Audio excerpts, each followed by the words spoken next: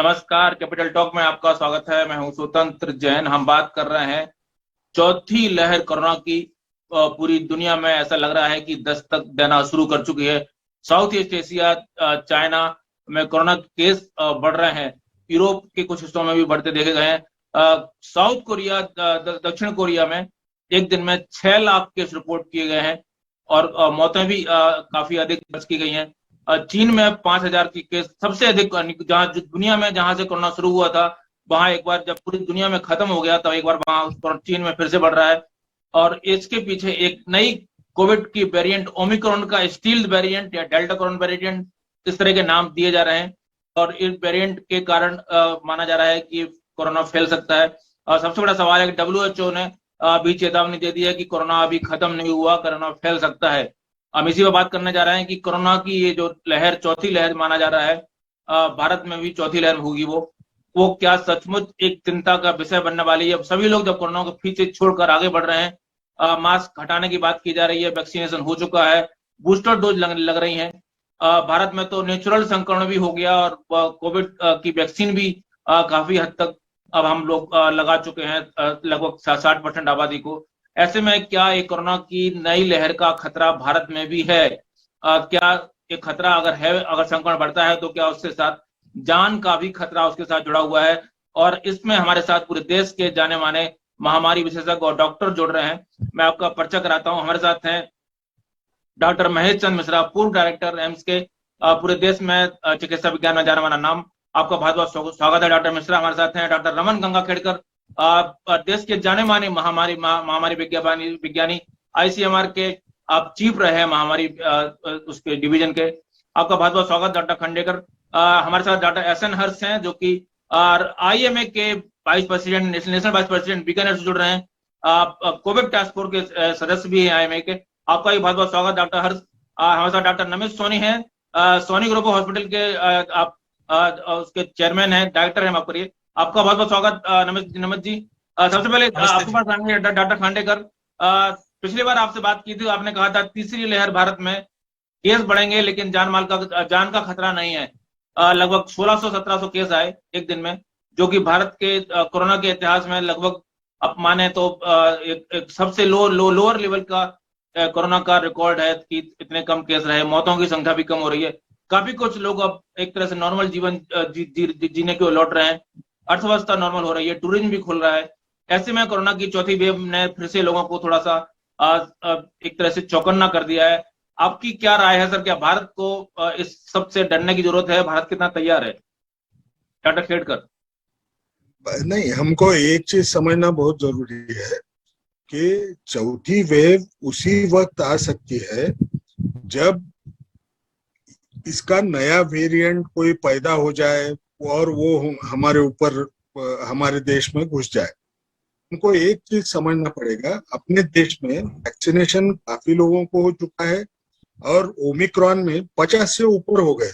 उसी वक्त जब मुझे सेकेंड डे को पूछा गया तो मैं बोला ये तो या तो ये वेरिएंट अनस्टेबल है, ये टिकेगा नहीं, और टिका अगर तो इसका मायना कोई नया अच्छा स्टेबल वेरिएंट पैदा करेगा। और वही हुआ। आपको BA.1 दिखा, बाद में BA.2 दिखा, BA.3 दिखा, लेकिन BA.2 वाला जो लीनिएज है वो लीनिएज प्रिडोमिनेट किया क्योंकि वहां उसको स्टेबिलिटी आई। हमारे देश में ज्यादातर लोगों को ये BA.2 वाले वेरिएंट से इसका इन्फेक्शन ऑलरेडी हो चुका है।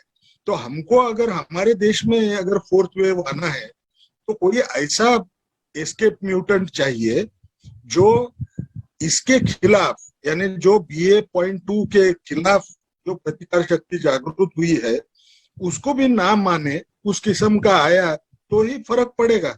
अब ये कहाँ से आएगा? तो आपने अगर देखा तो आज के तौर पे अगर हम ग्लोबल एपिडेमियोलॉजी देखें तो आपने देखा यूरोप में जर्मनी, फ्रांस, वहां काफी तादाद में दिखाई देते हैं नंबर्स। आप देखो साउथ कोरिया, वियतनाम और चाइना में थोड़े से कम, लेकिन वो सिग्निफिकेंट है मेरे हिसाब से। तो आप अगर ये समझे कि इन देशों में जो बढ़ रहा है उसकी संख्या ज्यादा दिख रही है तो उसके दो मायने हैं। आप एक चीज समझो कि वहां की संख्या क्यों ज्यादा दिखती है, क्योंकि उनके यहाँ टेस्टिंग और टेस्ट करने के बाद में उसके रिकॉर्ड्स ये अच्छे ढंग से देखे जाते हैं, इसलिए नंबर ज्यादा दिखते हैं। लेकिन हम अगर इनके बारे में अगर सोचे तो आप देखो Germany, France, Vietnam, south Korea, इनकी जो पॉपुलेशन की साइज है यानी लोक संख्या जो है बहुत कम है। ये जो विषाणु है जितना ज्यादा लोगों के शरीर में जाएगा, हर टाइम जब वो रिप्रोड्यूस करेगा तो उसमें म्यूटेशन आने का चांस बनते जाता है। तो वो जितना ज्यादा लोगों में इन्फेक्ट करेगा, वो रिस्क नया वेरिएंट आने की बहुत ज्यादा रहेगी, क्योंकि यहाँ चारों तरफ ये 0.2 वाला वेरिएंट है। अभी इसमें सबसे बड़ा डर कहाँ से रहेगा? ये फार ईस्ट कंट्रीज जो थे, जो चाइना है, आपने देखा साउथ कोरिया था, उसके बाद में वियतनाम था, इन देशों में पहले से जीरो कोविड ट्रांसमिशन वाली स्ट्रैटेजी लगाई गई थी। अभी जब ये जीरो कोविड स्ट्रैटेजी चाइना में भी लगाई जा रही है, अभी डर क्या है कि इतना 2 साल उन्होंने अच्छे ढंग से कंट्रोल किया उनका उनका जो भी पैंडेमिक था, लेकिन क्या ये जो अप्रोच है जीरो कोविड का, जो सारे दुनिया में फेल हुआ, वो अभी काम करेगा जब उसका दुश्मन जो है वो ओमिक्रॉन है, जिसकी ट्रांसमिशन एफिशिएंसी बहुत ज्यादा है। तो हमको इसके ऊपर ये निर्भर रहेगा कि वहां 150 करोड़ के नजदीक पॉपुलेशन है, वहां अगर ओमिक्रॉन अगर फैलना शुरू हुआ तो वहां से नया वेरिएंट आने का चांस बहुत ज्यादा बन जाएगा, जो हमको अगले 1 महीने में दिखाई देगा कि अगर चाइना पहले के वैसा सक्सेसफुली। वेरिएंट की बात हो रही है ना, एक स्टील वेरिएंट की बात हो रही है, स्टील वेरिएंट नाम दिया जा रहा है, स्टील वेरिएंट ओमिक्रॉन का। ये कोई वेरिएंट है क्या? मैं ये तो देखिए, एक ही चीज को हर एक जन जब देखता है अलग अलग नजर से देखता है, उसका डिस्क्रिप्शन भी अलग हो सकता है। जैसा हमारे इसमें धंधे में हम लोग बोलते हैं हाथी की पूंछ आ गई तो कोई कुछ बोलेगा, हाथी के इसको अगर ट्रंक को हाथ लगाए तो कोई कुछ बोलेगा। ये स्टेल्थ वेरिएंट क्या होता है? स्टेल्थ वेरिएंट यानी मैंने जैसे पहले ही बताया, जब ये इसके 50 से ऊपर म्यूटेशंस थे, ये अनस्टेबल वेरिएंट था, यानी उसको बहुत ज्यादा म्यूटेशन आए, वो म्यूटेट करते करते पकड़े गया। तो आपको जब तक रुकना पड़ता है कि ये इसकी स्टेबिलिटी कहाँ आएगी।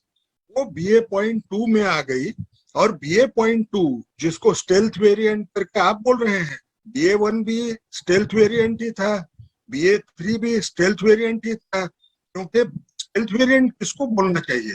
जो एस्केप म्यूटेंट होता है, मेरे शरीर में प्रतिकार शक्ति है लेकिन उसको रोक नहीं पाती है, उसको स्टेल्थ वेरिएंट बोलना है।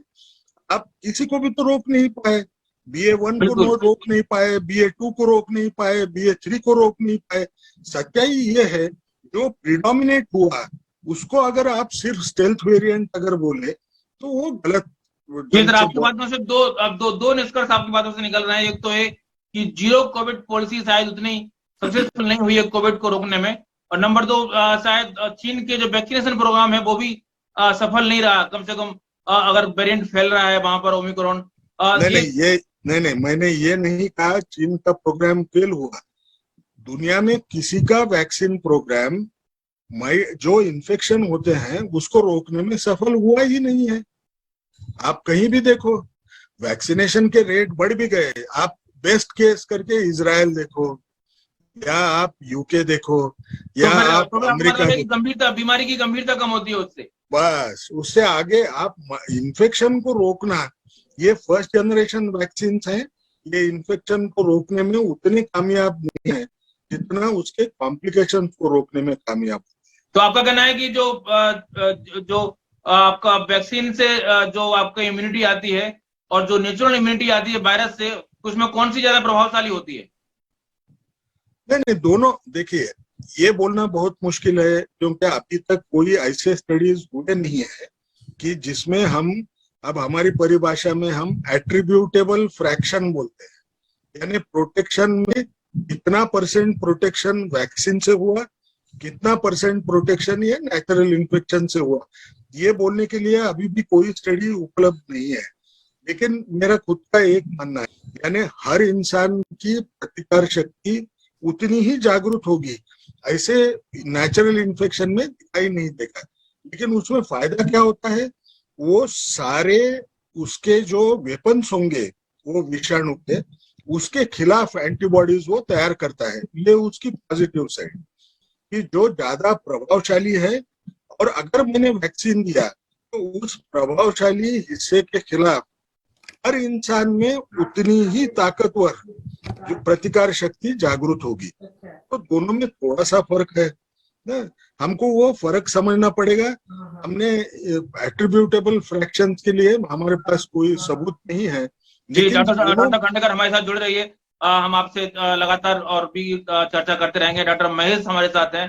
डॉक्टर मिश्रा, आपको क्या लगता है कि कोविड जीरो पॉलिसी जो इन देशों ने अपनाई है वही कारण है कोरोना बढ़ने का वहां पर, या फिर कोई और दूसरा कारण आपको नजर आ रहा है जो अभी तक हालात आपके दिख रहे हैं? भारत के लिए कितना खतरा है? और भारत में 27 मार्च से इंटरनेशनल फ्लाइट शुरू होने जा रही है सर। देखिए, अब अगर आप चीन की बात करते हैं तो चीन पे बहुत विश्वास करना उचित नहीं होगा हम किसी के लिए भी। साउथ कोरिया में, इंडोनेशिया में, मलेशिया में, साउथ कोरिया, इंडोनेशिया या और जो देशों में है वहां से आप कह सकते हैं। और मेरा मानना ये है कि अगर आप 2 साल का पूरा अपना ट्रेजेक्टरी देखें इसकी, चीन से शुरू हुआ, यूरोप में गया, अमेरिका में गया और बाकी देशों में जाके फिर भारत में शुरू हुआ। इसके बाद जब आप देखिए डेल्टा वेरिएंट हुआ तो वो भी इसी प्रकार से पहले एक देश में हुआ, फिर भारत में हुआ और बाकी जगहों पे भी हुआ, अमेरिका में भी हुआ और दूसरी जगहों पे भी हुआ। ओमिक्रॉन भी इन देशों में उतना नहीं हुआ था जितना अब हो रहा है। तो ये हो सकता है, जैसे डॉक्टर गंगा खेडकर ने भी कहा कि ये नया वेरिएंट है उन पॉपुलेशंस के लिए जिनमें संक्रमण नहीं हुआ है, और चूंकि टीकाकरण पूरी प्रतिरोधक क्षमता नहीं बनाता है, उसका उपयोग उतना ही है कि हमारा जो रोग हो वो कम तीव्रता का हो और उसमें भी कम तीव्रता के साथ साथ अस्पताल जाने से बच जाएं, मृत्यु से बच जाएं। तो इसमें वैक्सीनेशन की क्षमता रही है, लेकिन ऐसा भी देखने में आया है कि पूरे टीकाकरण के बाद भी लोगों को रोग हुआ है, गंभीर हुआ है, मृत्यु भी हुई, लेकिन कम लोगों की हुई है।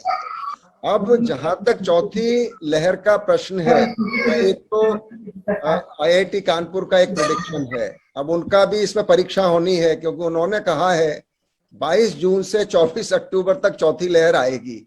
अब वो चौथी लहर किस वेरिएंट की होगी ये तो उन्होंने वो प्रेडिक्ट नहीं कर सकते, और कितनी तीव्रता की होगी, क्या वो अल्फा वेरिएंट की तरह होगा, क्या वो डेल्टा की तरह होगा, ओमिक्रॉन होगा या कोई और वेरिएंट, जैसे डॉक्टर गंगा खेडकर ने कहा कि कोई ऐसा वेरिएंट अगर आ जाए तो संभावना भारत में बिल्कुल होगी संक्रमण के फैलने की। लेकिन चूंकि हमारे यहाँ पहली, दूसरी और तीसरी लहर में अधिकतर जनसंख्या में संक्रमण हो चुका है, टीकाकरण हमारा सुचारू रूप से चल रहा है, तो ये सब देख, हमारी जो जनसंख्या है उसकी जो एज है वो भी एवरेज एज कम है पश्चिमी देशों के मुकाबले।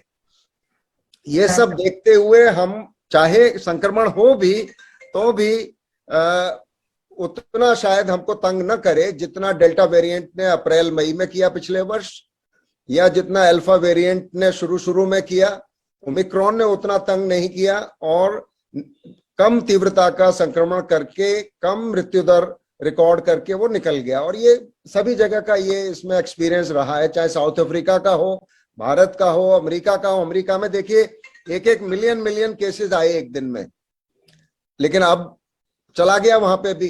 तो इन देशों में अभी तक संक्रमण इतना हुआ नहीं था, तो अब वहां पे हो रहा है। लेकिन जो डर डॉक्टर गंगा खेडकर ने बताया है कि इतना संक्रमण होने के बाद यदि कोई नया वेरिएंट पैदा हो जाता है तो उसकी संभावना हमेशा बनी रहेगी। इसीलिए हम लोग बार बार कोविड अनुकूल व्यवहार की कहते हैं कि उसको अभी छोड़ना नहीं है, चाहे केसेस में बहुत कमी आ गई है। क्योंकि जैसे डॉक्टर साहब ने बताया कि कितने टेस्टिंग हो रही है जिसमें से 1700 या केसेस पकड़े गए हैं, तो अब जैसे मैं भी खुद भी अब आजकल मना कर देता हूं, किसी को कोई जरूरत नहीं है टेस्ट कराने की, कोविड है या नॉन कोविड है। अब सीडीसी ने भी माना है कि आरटीपीसीआर टेस्ट इसमें भिन्नता नहीं करता है कोविड और नॉन कोविड फ्लू में, तो उसका फायदा कुछ नहीं है। आप मान के चलिए कोविड है और अपना जो भी एहतियात लेने हैं ले लीजिए, दवाई कोई है नहीं इसके लिए।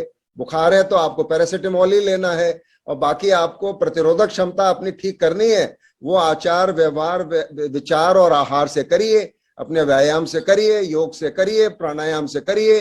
तो ये जो चीज है यही हमारे काम आएगी, चाहे संक्रमण आता है और कुछ क्लस्टर्स में आ सकता है, क्योंकि अगर इंटरनेशनल ट्रैवल खुलेगा और इन देशों से भी लोग आवागमन होगा जहां पे अभी संक्रमण बढ़ रहा है, तो बिल्कुल संक्रमण आ भी सकता है, जल्दी भी आ सकता है, देर में भी आ सकता है, नहीं भी आ सकता है, क्योंकि इसमें भिन्न भिन्न मत है पब्लिक हेल्थ एक्सपर्ट्स के भी।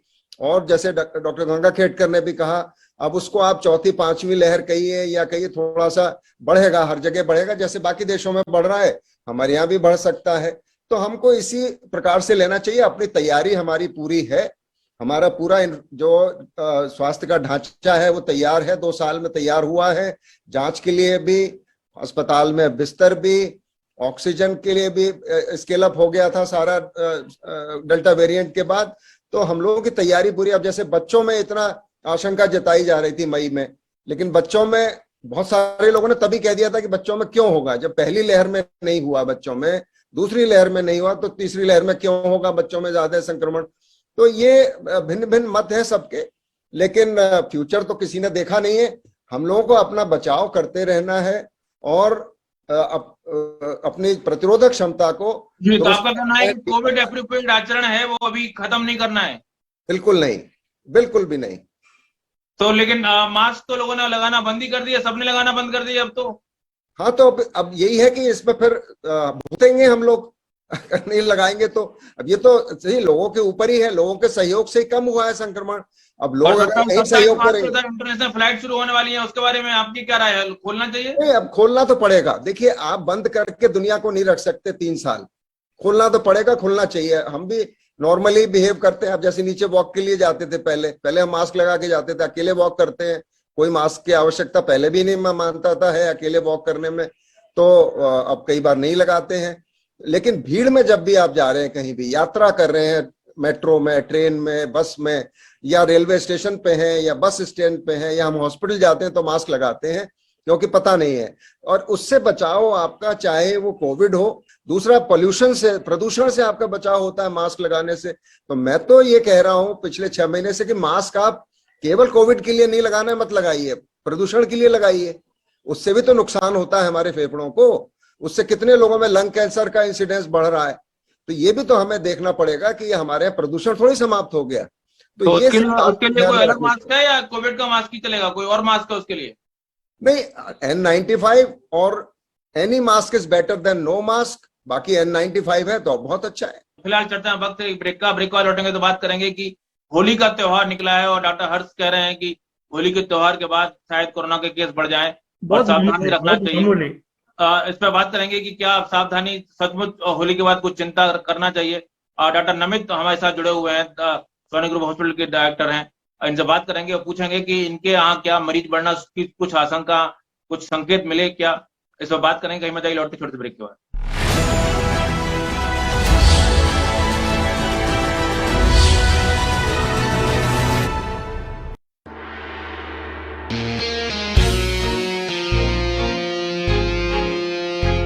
ना कलम को आया मेरे किसी के आगे झुकना, बुलंद मेरी आवाज है, नहीं आया इसको रुकना। राजनीति की गहराइयों से खेल का उफान हूँ, मनोरंजन की दौड़ में कारोबार की रफ्तार हूँ। आईना दिखाने का साहस मुझ में है, देश को जोड़ने की ताकत मुझ में है। मैं भी पत्रकार, इंसाफ का आगाज हूँ मैं भी पत्रकार, झूठ करता बेनकाब हूँ मैं भी पत्रकार, जन जन की आवाज हूँ मैं भी पत्रकार, निर्भीक और बेबाक हूँ मैं भी पत्रकार, मैं भी पत्रकार।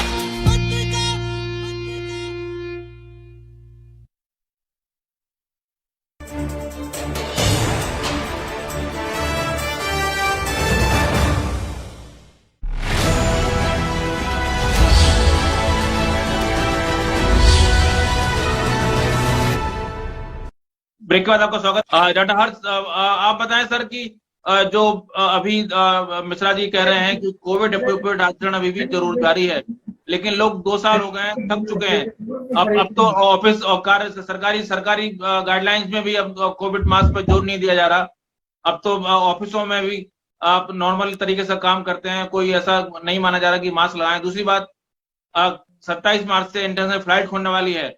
क्या व्यू है आईएमए का? क्या फ्लाइट को आप एडवाइज करेंगे कि खोल दिया जाए इंटरनेशनल फ्लाइट? और चौथी लहर के लिए अगर हम क्या हम स्वागत करने के लिए खोल रहे हैं चौथी लहर का? देखिए, दोनों जो महानुभाव बोले बड़े एक्सपर्ट है और एकदम सही बात बोले हैं। संभावना बहुत कम है कि इस तरह का वेरिएंट आए, परंतु medical science is a science of probability. कल क्या होगा उस वेरिएंट के साथ कुछ भी पता नहीं है, आपको भी पता नहीं है, हमको भी पता नहीं है। एसोसिएशन की तरफ से यही है, सरकार से अपील भी की है, हमने उनको पत्र भी लिखे हैं कि आप 3 चीजों का विशेष ध्यान रखें। एक तो वैक्सीनेशन स्टेटस को बढ़ावें, पूरे कंट्री को वैक्सीनेट करें। दूसरा, तो सर अब तो वैक्सीन तो लग चुकी है, बूस्टर की डोज की बात करेंगे क्या? बूस्टर डोज जितनी ज्यादा पॉपुलेशन को लगेगी हम बचेंगे। और तीसरा, तो बूस्टर डोज कितनी, 1, 2, 3 कितनी लगवानी है बूस्टर डोज भी? हो सकता है 4 भी लगे, 5 भी लगे, 6 भी लगे और फ्लू शॉट की तरह हर साल लगे। आप इसके बारे में कुछ भी नहीं कह सकते, साइंटिस्ट भी नहीं कह सकते। फ्लू शॉट की तरह हर साल लगेगी और ये वेव इसी तरह 5वीं, 6वीं, 7वीं, 8वीं, 9वीं भी आती रहेगी। हमको उसके लिए तैयार रहना पड़ेगा। मेन चीज है कि कोमॉर्बिडिटी जिनको होती है उनको बचाना जरूरी है। कैजुअलिटी के जो फिगर्स आते हैं वो इसलिए होते हैं कि कोरोना विद कोमॉर्बिडिटी है। किसी को लंग्स डिजीज है, किसी को कैंसर है, किसी को किडनी की डिजीज है, उनको बचाए रखना जरूरी है। और जहां तक इंटरनेशनल फ्लाइट्स का सवाल है, हम इसके पक्ष में नहीं है कि इसको सीमित मात्रा में करना जरूरी है। रोक तो नहीं सकते, पर बहुत ही सावधानी पूर्वक होना चाहिए, यानी चेकिंग। अभी चेकिंग सब जगह बंद हो चुकी है। हमको याद है कि जब अमेरिका के राष्ट्रपति अहमदाबाद आए थे, और अभी भी यही आरोप लग रहा है कि उनके बाद में अगर वो नहीं आते उस दिन और गैदरिंग नहीं होती तो शायद इंडिया में कोरोना लेट आता, सही पर तो लेट आता कई महीने बाद। उसके बाद इतने चुनाव हो गए, रैलियां हो गई, इतने धार्मिक आयोजन हो गए। हम अच्छे तरह से जानते हैं मन में सभी लोग कि जब जब गैदरिंग हुई है, चाहे किसी भी कारण से हुई हो, चाहे वेस्टेड इंटरेस्ट हो, चाहे कोई भी कारण हो, कोरोना फैलता है। और तो सर अभी होली की गैदरिंग हुई है तो क्या पिछले साल की तरह फिर से नए वेरिएंट के तैयारी कर ले क्या? थोड़ी सी तो लहर आएगी, होली से भी आएगी, क्योंकि लोग गले मिलते हैं, विदाउट मास्क मिलते हैं, दिन भर भूखे भी रह के मिलते हैं, उनकी इम्यूनिटी लेवल कम हो जाता है, वैक्सीनेटेड है या नहीं है दोनों मिल जाते हैं, छोटे बड़े महिलाएं पुरुष सारे मिलते हैं। तो हर जहां भी गैदरिंग होगी वहां बढ़ेगी। तो मैं मिश्रा साहब की इस बात से पूर्णतः सहमत हूँ कि कोविड एप्रोप्रिएट बिहेवियर किसी भी हालत में नहीं रोका जाए। अभी सभी सरकारों ने कर दिया है कि अब कार में मास्क की जरूरत नहीं है। पब्लिक भी बहुत खुश है, क्योंकि जब पब्लिक खुश होती है तो सरकार भी खुश होती है कि हमारा जनहित का काम हो रहा है, क्योंकि सब लोग हो गए। परंतु आपको याद होगा कि चाइना और जापान में बरसों पहले से जब कोई कोरोना नहीं था तब भी आम आदमी मास्क लगाता था। और इंडस्ट्रियल मास्क तो इन सारे इंडस्ट्रियल सिटीज के अंदर कंपलसरी है। वो सारे लेबर क्लास है वो एक मास्क लगाती है, इंडस्ट्री मास्क। अब ये N95 आ गया तो ये भी लगाते हैं। तो हर कंट्री के अंदर है, जितनी अपनी समझदारी होगी तभी हम लोगों को बचा पाएंगे। हाँ, ये अवश्य है कि जितने ज्यादा वेरिएंट आएंगे तो आने में टाइम लगेगा, तब तक सरकार अब सचेत हो सकती है, क्योंकि हमारे पास आर्मामेंट्स पूरे हैं, ऑक्सीजन का पूरा स्टॉक है, सिलेंडर का भी है और प्लांट भी लगे। क्योंकि ट्रीटमेंट तो हॉस्पिटल्स में ही होना है, घरों में तो होना नहीं अगर सीरियस कंडीशन का। तो गवर्नमेंट इज वेल प्रिपेयर्ड। और आप लोग जो अखबार नवीस हो वो उनके माध्यम से सब लोगों को सारी सूचनाएं त्वरित गति से मिलती है उसी वक्त। तो मुझे नहीं लगता कि हमको कोई पेसिमिस्ट होना चाहिए। अपने को तो सिर्फ ये रखना है, कोविड बिहेवियर रखें, वैक्सीनेशन बूस्टर डोजेज लगवाएं, लोगों को प्रेरित करें। और आप लोग किसी भी तरीके से चाइना या कोरिया या जो फैल रहे हैं उससे मुझे लगता नहीं है डरने की बात। और जो जून 22 से लेकर अक्टूबर 24 की डेट दे दी है बाकायदा, क्योंकि वो मैथमेटिशियन है या एक्सपर्ट है IIT कानपुर से जो है, और उनकी पिछली भविष्यवाणियां कुछ हद तक सही निकली थी, तो साइंटिस्ट भी कहते थे। परंतु ICMR, एम्स और IMA जो टास्क फोर्स हमारी बनी हुई है उसमें काफी डिस्कशन होते हैं गुलियरिया साहब भी उसमें मिलते हैं। तो ऐसा कोई खतरा नहीं है क्योंकि हम वेल प्रिपेयर्ड है बस सबसे। और रोग प्रतिरोधात्मक शक्ति हमारी बढ़नी चाहिए, वो कैसे बढ़े उसकी तरफ ज्यादा ध्यान लगाना चाहिए। अब ठीक है, कभी भी कुछ अपने आर्मी रखते हैं, लड़ाई तो कभी भी हो सकती है, बस तैयार रहना जरूरी है। हमारी आर्मी तैयार है तो कोई झगड़ा, और अगर आर्मी मजबूत है तो दूसरा देश हम पर हमला नहीं करेगा। अगर आ भी जाएगा कोरोना तो 10, 20, 50 हजार पर आएगा, परंतु मरेगा कोई नहीं। हॉस्पिटल में जाके तो हर हालत में ठीक होगा, क्योंकि अब तो कंफाइनमेंट में घरों में ही मरीज सब ठीक हो रहे हैं। अब हमारी हालत ये है कि हम डॉक्टरों के पास मरीज आते ही नहीं है। जब कोई गड़बड़ होती है तब कहते हैं कि हाँ ऐसा हुआ था, शायद कोरोना के कारण हो गया। तो और हम भी कहते थे अब हॉस्पिटल जाने की जरूरत नहीं है, घर पर आप रेस्ट करो, कमरे हैं आपके। आजकल लोग होटल में, धर्मशालाओं में कमरे लेके रहने लगे, अपने आप इतने समझदार है। ये सब आपके अखबार वालों की प्रचार प्रसार का बहुत फायदा हुआ है, मैं ये मान के चलता हूँ। और आइए में हमेशा, हाँ बिल्कुल, धन्यवाद। धन्यवाद नमित जी। आपके अस्पताल में अब 3-4 अस्पताल आपके हैं जहां आप देखते हैं आप लोग। अभी एक ऐसा फेज नहीं है जहां अभी ऐसा लग रहा है कि कोई वेव आती है या अभी कोई केसेस में कोई बढ़ोतरी हुई है। मैं आपको मतलब याद दिलाना चाहूंगा, आई थिंक मैं आपके चैनल पे आके एक बार डिबेट कर चुका हूँ कि क्या सेकेंड वेव आएगी, फिर डिबेट कर चुके हैं हम कि क्या थर्ड वेव आएगी। देखें, जैसा हमारे एक्सपर्ट्स ने बोला, वेव को प्रिडिक्ट करना मुश्किल है। वेव ना आए ये कोई भी प्रिडिक्ट नहीं कर सकता, ये सब वेरिएंट और वायरस के ऊपर निर्भर रहते हैं। बट हमें जो सीख लेनी चाहिए इस बीमारी से 2 साल में, वो देखने लायक है। मेरे साथ इतने ऑगस्ट पैनलिस्ट हैं, वो बता सकते हैं कि जैसे जैसे वेव जाती गई है, बीमारी का रिकवरी फेज छोटा होता गया है। जब पहली वेव आई थी तब हमने देखा था कि 14 से 18, 20 दिन तक लग रहे थे लोगों को नेगेटिव आने में, रिकवर करने में। दूसरी वेव में वही 12 से 14 के आसपास आ गया। और अब की बार आप देखें, गाइडलाइंस नहीं देखा कि 6 से 7 दिन, 7 से 9 दिन में ही नेगेटिव आ रहे थे पेशेंट्स को। सबको अलाउ कर दिया था बाहर वापस आइसोलेशन से, क्वारंटीन से अपने आप को फ्री करने के लिए। तो स्वतंत्र जी, मेरा मानना है कि कहीं ना कहीं हम इस बीमारी को और इस वायरस को एज अ पॉपुलेशन अब बेटर डील कर पा रहे हैं, हमारी इम्यूनिटी बॉडी की बेटर डील कर पा रही है। तो कहीं ना कहीं आप देखें कि हम इससे उभर रहे हैं। मैं एक बात बोलूंगा, इस बीमारी से उभरा तो नहीं जा सकता, बिकॉज जिस पे नाम लिखा है इस बीमारी का, वो उसके लिए घातक हो सकती है। तो वो चीज तो हमें, जैसा डॉक्टर साहब ने बोला कि भाई हमें ध्यान तो रखना ही चाहिए, लेकिन सबसे बड़ी बात क्या है, जो फेटिलिटी है, जो रिस्क है, वो कम हो रहा है। लेकिन हमें बहुत ध्यान रखना चाहिए। ऐसा नहीं है कि हमें अभी भी बंद रखना ध्यान चाहिए। रखने से फायदा क्या है? ध्यान रखने से, जैसा कि हम देख रहे हैं, हमारे पैनलिस्ट ने कहा है कि कोविड 0 पॉलिसी बहुत काम में नहीं आई इन देशों के। अच्छा ज्यादा काम आएगी या मास्क ज्यादा काम में आएगा? देखिए, मेरा एक डर, एक बहुत इफेक्टिव माध्यम होता है पॉपुलेशन को समझाने का या चीज, और आपके मीडियम से एक चीज समझाई जा सकती है। मेरे पैनलिस्ट एग्री करेंगे, कोविड होने से ज्यादा डर से आज की डेट में सबको एक नई चीज से होना चाहिए, वो क्या, लॉन्ग कोविड या पोस्ट कोविड कॉम्प्लिकेशन जिसको हम कहते हैं।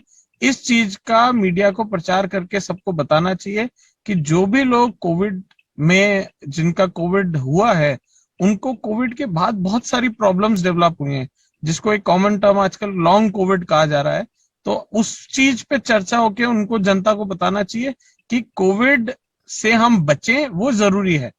हमारे को कोशिश करनी चाहिए कि हमारे को कोविड ना हो। हमारे हाथ में नहीं है कोविड कैसे होता है, बहुत सारे फैक्टर्स इसमें भी हैं। आपका कितना आप लोगों से मिल रहे हैं, कितना आप मास्क हाइजीन फॉलो कर रहे हैं, बहुत सारी चीजें हैं कोविड के अनुरूप बिहेवियर का। लेकिन सबसे बड़ी बात क्या है, आप समझिए कि हम क्यों बार बार कह रहे हैं कि कोविड से बचना चाहिए, बिकॉज कोविड से जो हार्मफुल इफेक्ट्स हैं वो बहुत ज्यादा हैं, और उन चीजों को हमें समझना चाहिए और उसी चीज को हमें जनता को बताना चाहिए कि आज कोविड के बाद नई चीजें बॉडी में, आज बहुत लोग हमने देखा है कि उनको हाइपरटेंशन हो जाता है, बीपी की एकदम से शुरू हो जाती है, बहुत सारी कॉम्प्लिकेशन आई हैं। आपने ब्लैक फंगस अपने माध्यम से शेयर करा ही था। आज इम्यूनिटी में आप देखें, बहुत सारी चीजें हैं जो लोगों को कोविड के बाद आ रही हैं, बहुत बीमारी आ रही है। तो हमें उस चीज का प्रचार करके जनता को समझाना चाहिए कि भाई कोविड एक अच्छी चीज नहीं है, होगा सबको, हो सकता है किसी को भी, लेकिन हमें अवॉइड करना चाहिए, हमें अपने आप को बचाव रखना चाहिए, हमारी फैमिली को रखना चाहिए। एंड डेफिनेटली मैं एक बात और बोलूंगा, वैक्सीनेशन को हमें और रोबस्ट बनाना चाहिए। हमें बच्चों को 12 के नीचे के लिए भी इवेल्युएट करके जल्द से जल्द शुरू करना चाहिए, जिससे, क्योंकि they can be carriers. So for us the biggest thing is that we should expand our vaccination drive, because जैसा कि डॉक्टर साहब ने बोला कि वैक्सीनेशन हमें हेल्प करता है इस चीज को कंट्रोल करने के लिए, है ना। एंड जितना हम वैक्सीनेशन का बढ़ावा करेंगे, चाहे वो आगे आने वाली बूस्टर डोज हो या जहाँ आने वाली जो बच्चों की वैक्सीनेशन हो, ये सब हमें हेल्प ही करेंगे इस पैंडेमिक से बाहर निकलने में। बिल्कुल डॉक्टर खेड़कर, नमित जी, 2-3 नए मुद्दे जिन्होंने इंडिकेट किए हैं। एक तो आपके स्कूल खुल चुके हैं, स्कूल खुलेंगे तो बच्चों को वैक्सीन लगना होगी, बच्चों को वैक्सीन, अब 12 से नीचे वाले बच्चों को भी वैक्सीन जरूरी होगी। दूसरी बात, हमने कुछ ऐसे केस देखे कि आदमी पूरी तरह स्वस्थ हो गया, फिर अचानक हार्ट अटैक आया और उसकी मौत हो गई। क्लॉटिंग की समस्या आ रही है। ये समस्याएं आपको लग रहा है कि भारत ने कोविड को किस तरह से ओवरऑल डील किया है, और लॉन्ग कोविड को किस तरह से लोग बचें? लॉन्ग कोविड, क्योंकि कोविड तो अब लगभग पूरी आबादी को हमारे यहाँ कहीं ना कहीं संक्रमण की किसी न किसी रेंज में है। हमको कुछ चीजों के बारे में मालूमात रखना अच्छा रहेगा। लॉन्ग कोविड की जो डेफिनेशन होती है वो यानी इन्फेक्शन होने के बाद में 3 महीने के बाद जो सिम्टम्स परसिस्ट करते हैं उसको हम लॉन्ग कोविड बोलते हैं। सर सिम्टम क्या है उसके? सिम्टम क्या है उसके लॉन्ग कोविड के? लॉन्ग कोविड का सिम्टम करके नहीं है, जो हम लॉन्ग कोविड बोलते हैं ना, what is long Covid? Long Covid यानी कोविड जब हुआ उस समय मुझे जो लक्षण दिख रहे थे वो लक्षण परसिस्ट होते हैं। ऐसा मुझे ऐसे हुआ कि मुझे फटीग, ना, मैं थक जाता हूँ, ये सिम्टम परसिस्ट हुआ, ये विजिबल सिम्टम्स है। लेकिन उसके 3 महीने के बाद में भी अगर ये लक्षण दिखा तो उसको हम पोस्ट कोविड सिंड्रोम या लॉन्ग कोविड की केस बोलते हैं। लेकिन ये भी सच है कि हर चीज का लक्षण आपको दिखेगा नहीं। आपको जो लक्षण दिखते हैं वो आपको उस समय, यानी जब कोविड हुआ था उस समय शायद आपको ऐसा कोई लक्षण नहीं आया जो आपको बता सकता था कि आपको स्ट्रोक होगा या आपको हार्ट अटैक होगा। लेकिन हमको एक मालूम है, कोआगुलेशन में आपको तकलीफ होने वाली है, हो सकती है इसमें, ये तो हमको मालूम है। तो दोनों किस्म के जो लक्षण होते हैं कि हमको कब दिखाई देंगे, अगर लॉन्ग कोविड बोलना है तो 3 महीने के बाद। अब हमारे देश में जो ये इन्फेक्शन आया उसने अभी अभी 3 महीने कंप्लीट किया है। तो ओमिक्रॉन के लॉन्ग कोविड के लक्षण किस किस्म के दिखेंगे, इसके बारे में अगर मैं बात करना शुरू करूं तो शायद ये स्पेकुलेशन हो जाएगा।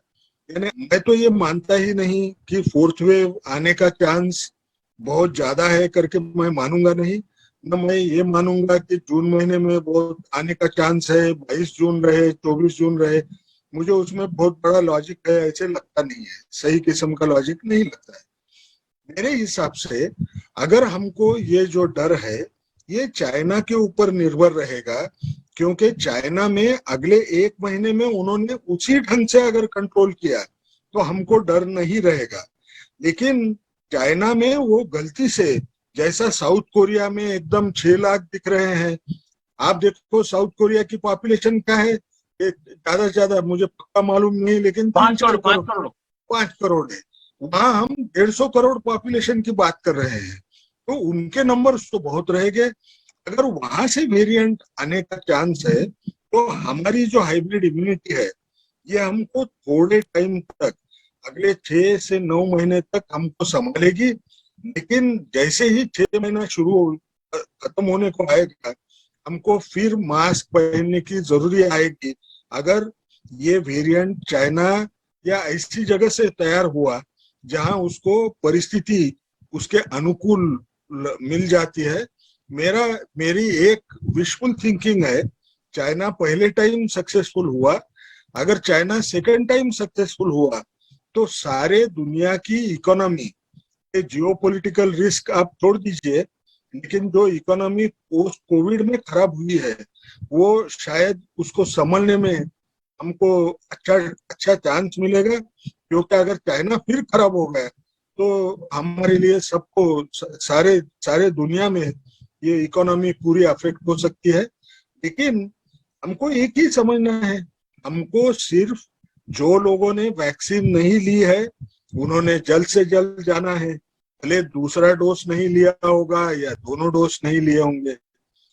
कितना हो सके लोगों ने मास्क का इस्तेमाल करना क्लोज स्पेसेस के अंदर, वो बहुत जरूरी है। जो लोग एट रिस्क हैं, यानी जो 60 साल की उम्र के ऊपर है या जिनको क्रॉनिक मॉर्बिडिटी है, उन लोगों ने तो पक्का जाके बूस्टर डोज लगाना है या प्रिकॉशन डोज जो बोल रहे हैं वो लगा लेना है। क्योंकि अभी भी कहीं भी दुनिया में ये नहीं दिख रहा है कि वुहान वायरस के ऊपर जो बने वाले वैक्सीन हैं उनका असर बाद में कम हो रहा है। जैसे नए नए वेरिएंट्स आते हैं, वो नए वेरिएंट्स के खिलाफ वो बराबर काम नहीं कर रही है और उनमें मौत होने का चांस ज्यादा है या सीवियर कोविड डिसीज होने का चांस ज्यादा है, ऐसे दिखता नहीं है।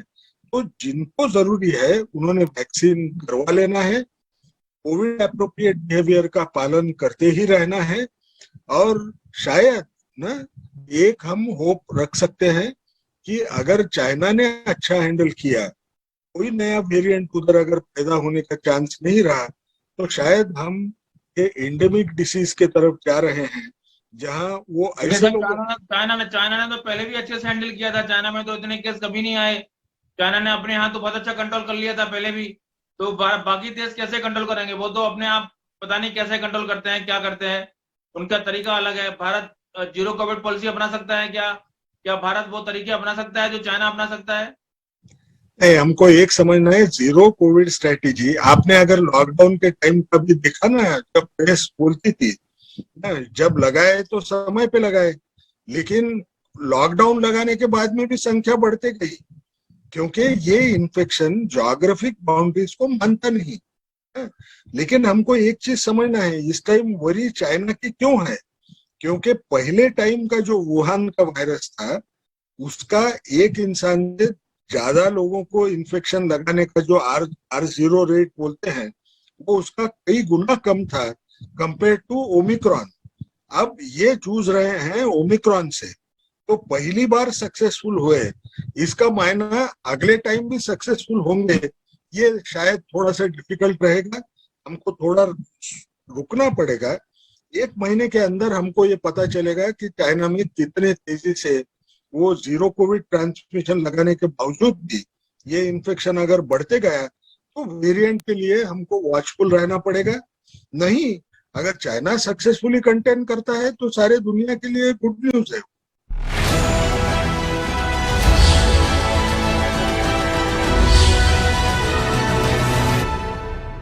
आजकल जमाना बहुत तेजी से बदल रहा है, पलक झपकी नहीं कि सब कुछ बदल जाता है।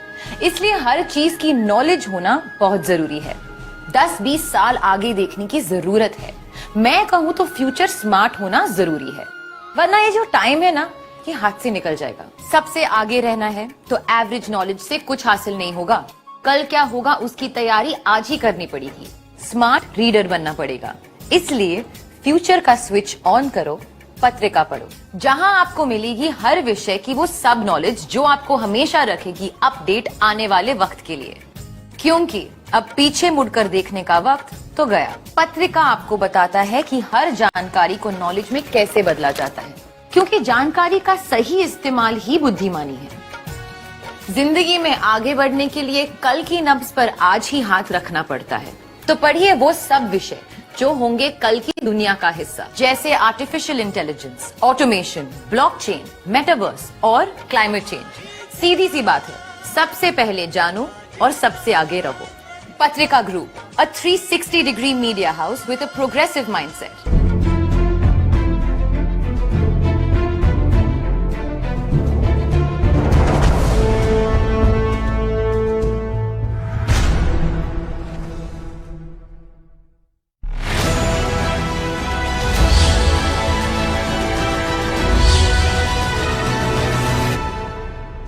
भारत ने सर अभी तक कैसा परफॉर्म किया है? भारत का जो प्रदर्शन है कोविड से लड़ाई का, उसके बारे में आप क्या कहेंगे? क्या भारत अगर चौथी वेव आती है तो लड़ लेगा, या भारत में समस्याएं खड़ी हो जाएंगी? भारत का वैक्सीनेशन, भारत का बच्चों को वैक्सीनेशन अभियान जो शुरू हुआ है, वो आप उसके बारे में क्या कहेंगे? किस तरफ जाना चाहिए? 12 से कम बच्चों को लगना चाहिए वैक्सीन?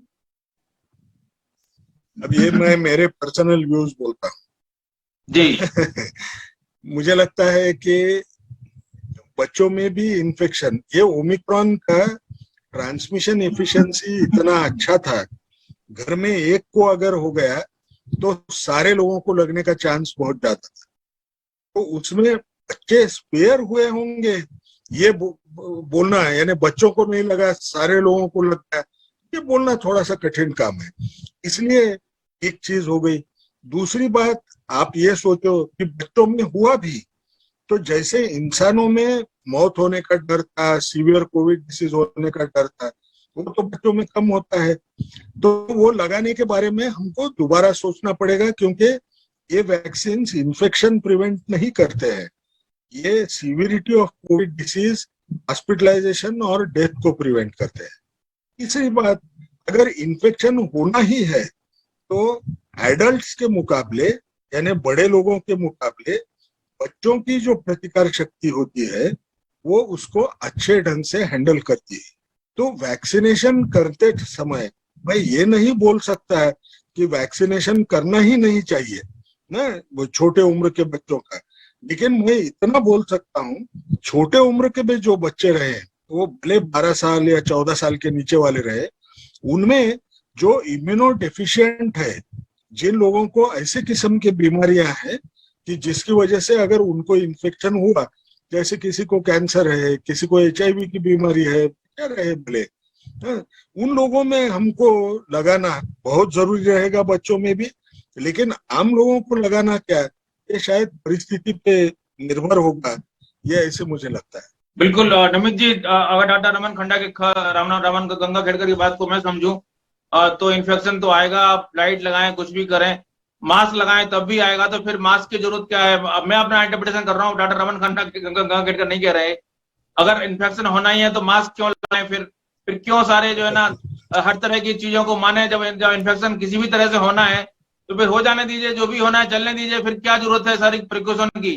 सामान्य जीवन तो जिएंगे कम से कम। जी, सो मेरा बस ये कहना है साहब कि आप एक मैं उदाहरण से देना चाहूंगा। आज हमें सबको पता है कि एक कोई भी स्ट्रीट को, ट्रैफिक लाइट को हम क्रॉस करते हैं तो एक्सीडेंट का डर होता है। अब यही बात है कि चलती गाड़ियों के बीच में चलना है तो किस्मत का खेल है कि गाड़ी के सामने आएंगे नहीं आएंगे, या अपन रेड लाइट हुए और उसके बाद क्रॉस करें। तो ये थोड़ा सा उसी तरह का उदाहरण है कि हमें हमारी सेफ्टी हमारे हाथ में रखनी है। अगर हमें डेंजर के सामने जाना है या कूदी लगानी है तो वो तो देखें सबके अपने हाथ में है। मास्क एक अपना खुद का बचाव है, आज हमारी खुद की सेफ्टी के लिए। आज हम आप चाहे कोमॉर्बिड पेशेंट देखें, वही तो डॉक्टर खेड़कर कह रहे हैं कि आपने इंटरनेशनल फ्लाइट पे लगाम लगा ली, पिछली बार 0 कोविड कर लिया, फिर भी केस बढ़ते गए, फिर भी सारे लॉकडाउन के बाद केस बढ़ते गए, तो फिर उसकी जरूरत क्या है? फिर आप तो चलने दीजिए, फ्लाइट आने दीजिए, मास्क लगाने से फायदा क्या है इसमें? स्वतंत्र जी, आज मेरा रिस्क, मैं मेरा एक उदाहरण लूं, मेरा रिस्क और मेरे फादर का रिस्क बराबर नहीं है, क्योंकि मेरे फादर आज उनकी एज ज्यादा है, उनकी कोई हेल्थ कंडीशन हो सकती है, आज चीज हो सकती है। सिमिलरली मेरा रिस्क और मेरे बच्चे के रिस्क में बराबरी नहीं है। तो हम सब समान नहीं है, सबके रिस्क अलग अलग हैं। तो जिसका रिस्क ज्यादा है उसको प्रिकॉशन रखना चाहिए, ये कहना चाह रहे हैं हम। क्योंकि ये बीमारी किसको ज्यादा तकलीफ देती है, ऐसा नहीं है कि थर्ड वेव ओमाइक्रॉन में पेशेंट के स्कोर नहीं आया, ऑक्सीजन की जरूरत नहीं पड़ी, वेंटिलेटर की जरूरत नहीं पड़ी, वो सब पड़ी है। हमारे पास पेशेंट आए हैं जिनको ट्रीटमेंट देने की जरूरत पड़ी है, उनको ऑक्सीजन की जरूरत पड़ी है, किसी को लाइफ सपोर्ट में भी लेने की जरूरत पड़ी है। तो ऐसा नहीं है कि थर्ड वेरिएंट में मतलब इतना वो नहीं था, फर्टिलिटी नहीं थी कि साहब मरीज को इलाज की जरूरत नहीं पड़ी हो, ओपीडी में दवाई लेके ठीक हो गए, ऐसी कोई बात नहीं है। रेशो कम था, कम लोगों को जरूरत पड़ी थी हॉस्पिटलाइजेशन की, कम लोगों को आईसीयू के बेड की जरूरत पड़ी थी। तो देखें मैंने क्या कहा, अब लेकिन उस मरीज के लिए या उस फैमिली के लिए एक भी मरीज आईसीयू में पहुंच गया और उसको आईसीयू की जरूरत पड़ी, वो तो अपने आप में बड़ी बात है ना साहब। जरूरी थोड़ी है कि हम पूरी हमारी आबादी को देखें। तो इसीलिए हमारा इसमें कहना यह है कि रिस्क हर बंदे का अलग है। हम जितना प्रिकॉशन और अपने आप में कोविड अनुरूप बिहेवियर रखें वो बहुत जरूरी है, और प्रिकॉशन रख के चलें। क्योंकि जैसे लेकिन उससे अर्थव्यवस्था को नुकसान होता है ना। आप जब भी कोविड अभिपट आचरण करते हैं तो आपको ऑफिस में आप कहेंगे कि 10 लोग नहीं 5 लोग बैठो, आधा स्पेस में काम करो, आधे स्पेस को खाली रखो।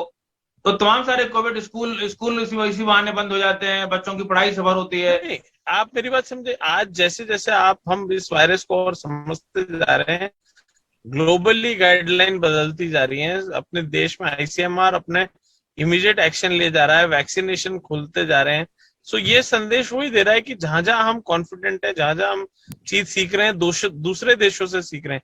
कुछ देश इस लड़ाई में हमारे से समय से आगे हैं, नॉट बिकॉज अच्छा कर रहे हैं या बुरा, उनको दिख रहा है चीजें हैं। तो आज हम भी वही चीज कर रहे हैं कि ओपन अप होना जरूरी है, पब्लिक को अपने आप नॉर्मल रूटीन में आना जरूरी है, लेकिन वो सब फेज मैनर में हो तो बेटर रहता है।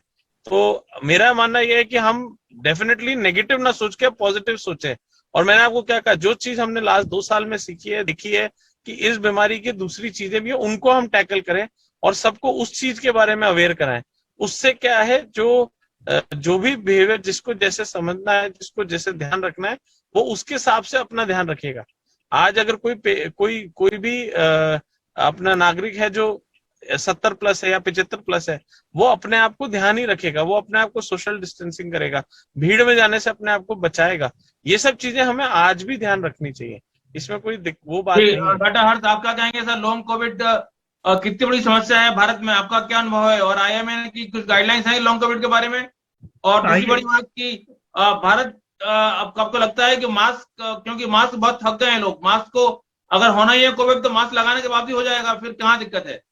नहीं सर, नहीं जैन साहब, IMA जो है Indian medical association purely doctors का एसोसिएशन है, संगठन है, और क्लियर कट इसका लाइन ऑफ एक्शन है। गवर्नमेंट को क्लियर वर्ड्स के अंदर लेटर लिखा हुआ है कि कोविड एप्रोप्रिएट बिहेवियर को वापस न ले कोई भी government, state government, union territory, anybody.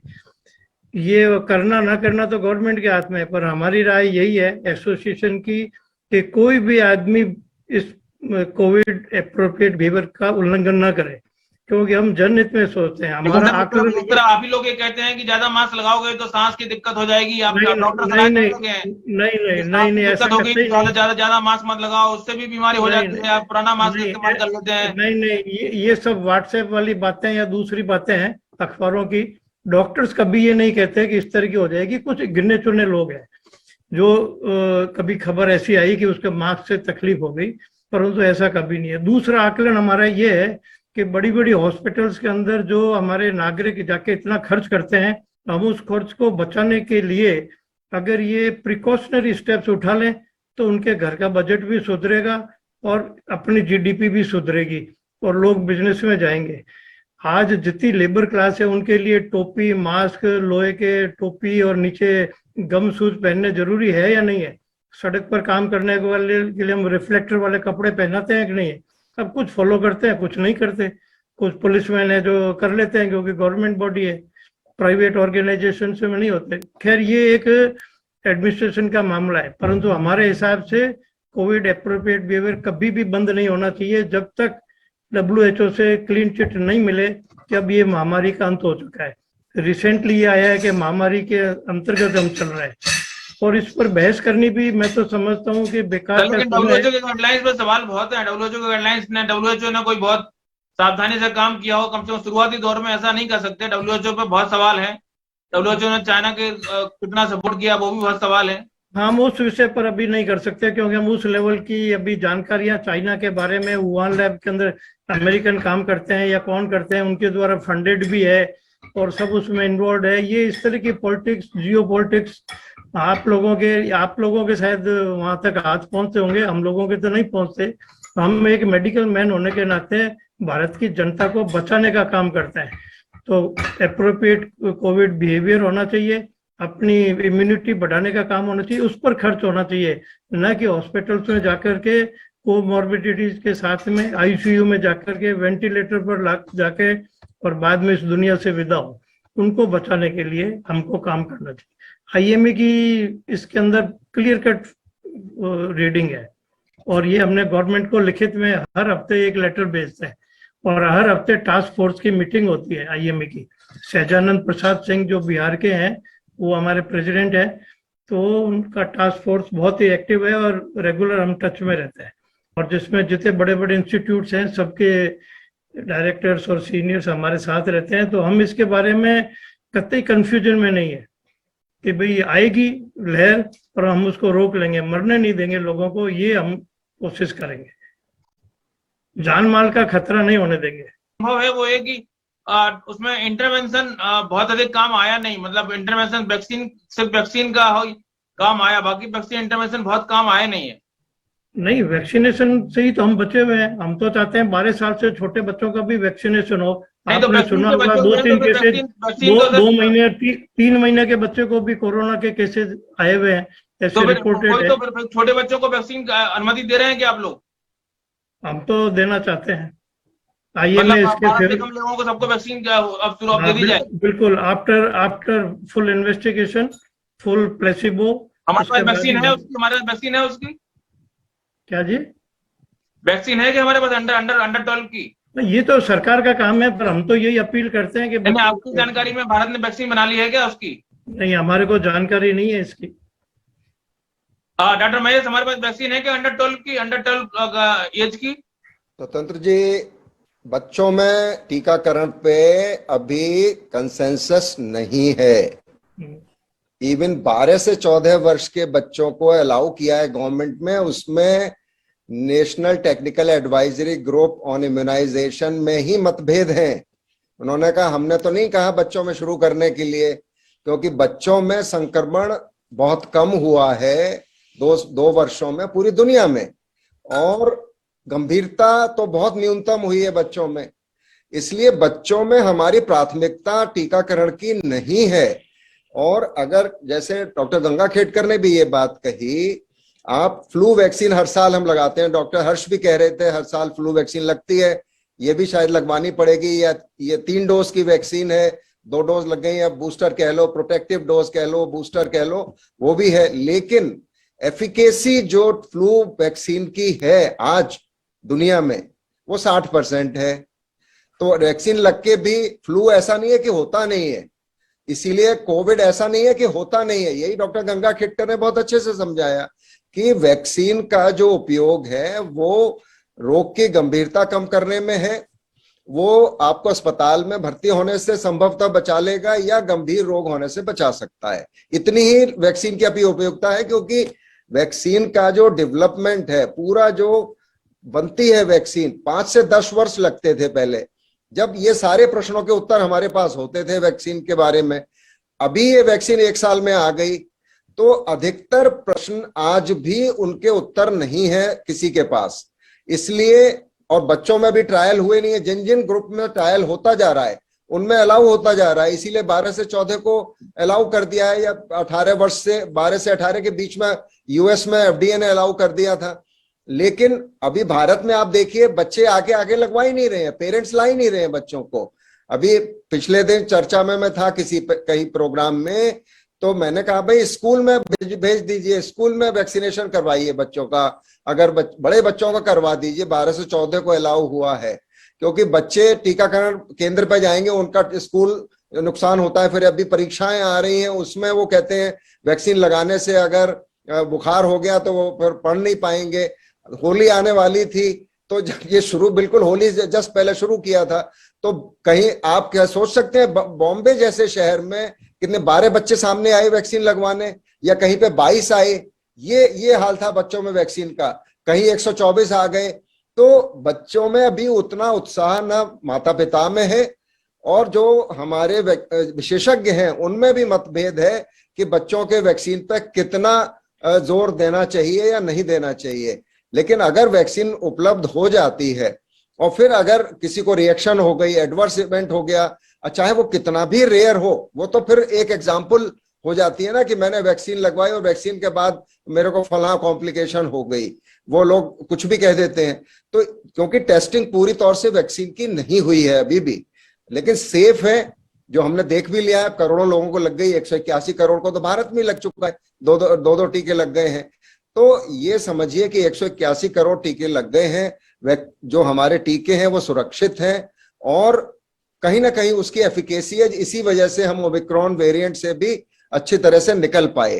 और संभवतः हम शायद चौथी लहर उस तरीके से नहीं देखेंगे जो हमने दूसरी लहर देखी, और हम देखना भी नहीं चाहते हैं उसको। हमारे यहाँ नेचुरल इम्यूनिटी भी लोगों में, चूंकि हर्ड इम्यूनिटी जिसको हम कहते हैं, वो भी काफी हद तक डेवलप हो गई है, क्योंकि अधिकतर लोगों को पहली, दूसरी, तीसरी लहर में मिला के संक्रमण हो चुका है, चाहे न्यूनतम लक्षण का हुआ हो। क्योंकि अब ओमिक्रॉन में आप देखिए, लोग 3 से 5 दिन में घर में रह के ठीक हो गए सारे लोग, बहुत कम लोग अस्पताल में गए, बहुत कम लोगों की मृत्यु हुई। तो यही आगे होने वाला है चौथी लहर में भी, कि आपका जो संक्रमण होगा वो फ्लू टाइप सिम्टम्स होंगे, यदि लंग्स नहीं इन्वॉल्व होते, फेफड़े अगर नहीं उसमें असर होता फेफड़ों पे, तो ज्यादातर लोग फिर ठीक हो जाएंगे। और ये एक एंडेमिक जिसको हम कहते हैं कि बनी रहेगा, वायरस कहीं जाने वाला नहीं है, वायरस हमारे बीच रहेगा। वायरस जब एक बार आ जाता है, चाहे वो हर्पीस का वायरस हो, चाहे वो हमारा हेपेटाइटिस का वायरस हो, चाहे HIV का वायरस हो। अब HIV का संक्रमण था जब हम इस टर्न ऑफ सेंचुरी पे थे, उस समय पूरे अपने चरम पे था HIV। आज HIV की कोई बात ही नहीं कर रहा है, न उसका टीका बना है। आप समझिए, डॉक्टर गंगा खेडकर ने तो बहुत काम किया है इस पे, इस वायरस पे, लेकिन टीका नहीं बन पाया है इसका। अच्छी बात यह है कि कोविड का टीका बन गया और बहुत सारे टीके बन गए, कुछ हद तक वो इफेक्टिव भी है, असर भी है उनका। तो मान के हम लोग यही करते हैं कि कोविड अप्रोप्रिएट बिहेवियर, खास तौर से जब हम किसी भी बड़ी समारोह में जा रहे हैं, यात्रा कर रहे हैं, हवाई यात्रा, रेल यात्रा, बस यात्रा, या हम तो अस्पताल में लगाते ही हैं, अभी भी हम लोग लगा के ही जाते हैं। अस्पताल मरीज देखते हैं, हम लगाते हैं, सुबह से शाम तक लगा रहता है हमारा मास्क, नहीं उतरता है अस्पताल में बिल्कुल भी जब हम पेशेंट देखते हैं या ऑपरेशन थिएटर में जाते हैं। तो इसमें कोई बड़ी बात नहीं है। और मैं तो यही कहता हूं कि आप मास्क, ये जो कोविड अप्रोप्रिएट बिहेवियर से टीवी का इंसिडेंस कम हुआ है, ये देखने में आया है, पब्लिक हेल्थ एक्सपर्ट्स द्वारा ये बताया गया है। दूसरे वायरस और बैक्टीरियल इलनेसेस कम हुए हैं। तीसरे, भारत में इतना प्रदूषण है, उससे आप बच सकते हैं। लंग कैंसर इतना बढ़ रहा है। तो मेरा मानना यह है कि कोविड अप्रोप्रिएट बिहेवियर तो हमको अपने बचाव के लिए शायद भविष्य में करते रहना चाहिए, चाहे सरकार कहे या ना कहे। तो इससे अगर हम इस बात को समझ लें कि इसका कोई विकल्प नहीं है, तो हम कोई भी लहर आए हम उससे बच सकते हैं। और लहर आती रहेंगी, क्योंकि ये वायरस रहेगा हमारे बीच में, कभी नागपुर में हो जाएगा, कभी दिल्ली में हो जाएगा, कभी मुंबई में हो जाएगा। और ये होता है हर साल। आप देखिए, जाड़ा जब शुरू होता है, सर्दी, उस समय फ्लू एकदम से बढ़ता है और घर घर में होता है। काम पे जब हम जाते हैं, सब छींक रहे होते हैं, किसी को वो हो रहा है, छुट्टी लेके, फिर कोई लोगों को ज्यादा दिक्कत होती है, छुट्टी ले लेते हैं।